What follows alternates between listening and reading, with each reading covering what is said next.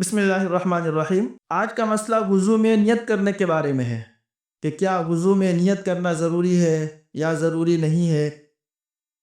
ضروری ہونے کا مطلب یہ ہے کہ مثال کے طور پر اگر کسی شخص کا وضو کرنے کا ارادہ نہ ہو، بلکہ ویسے ہی وہ گرمی وغیرہ کی وجہ سے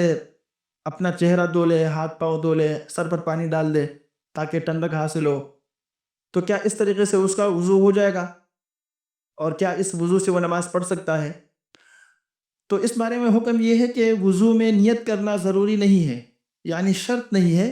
اس کے بغیر بھی وضو ہو جاتا ہے۔ البتہ وضو میں نیت کرنا سنت ہے، اور بہتر اور مسنون طریقہ یہی ہے کہ انسان نیت کر کے وضو کرے، اور نیت کرنے کا طریقہ یہ ہے کہ وضو شروع کرنے سے پہلے دل میں یہ نیت کر لے، اے اللہ میں آپ کی رضا کے لیے وضو کرتا ہوں۔ اس طریقے سے وضو کا ثواب بھی حاصل ہوتا ہے اور سنت کے مطابق وضو بھی ہو جاتا ہے۔ تاہم واضح رہے کہ وضو کے اندر نیت سے متعلق یہ تفصیل حضرات احناف یعنی امام ابو حنیفہ رحمۃ اللہ علیہ کے مسلک کے مطابق ہے۔ دیگر ائمہ کرام وضو میں نیت کو ضروری قرار دیتے ہیں، ان کے نزدیک نیت کے بغیر وضو نہیں ہوتا، لہذا بہتر یہی ہے کہ انسان باقاعدہ نیت کر کے وضو کرے، یعنی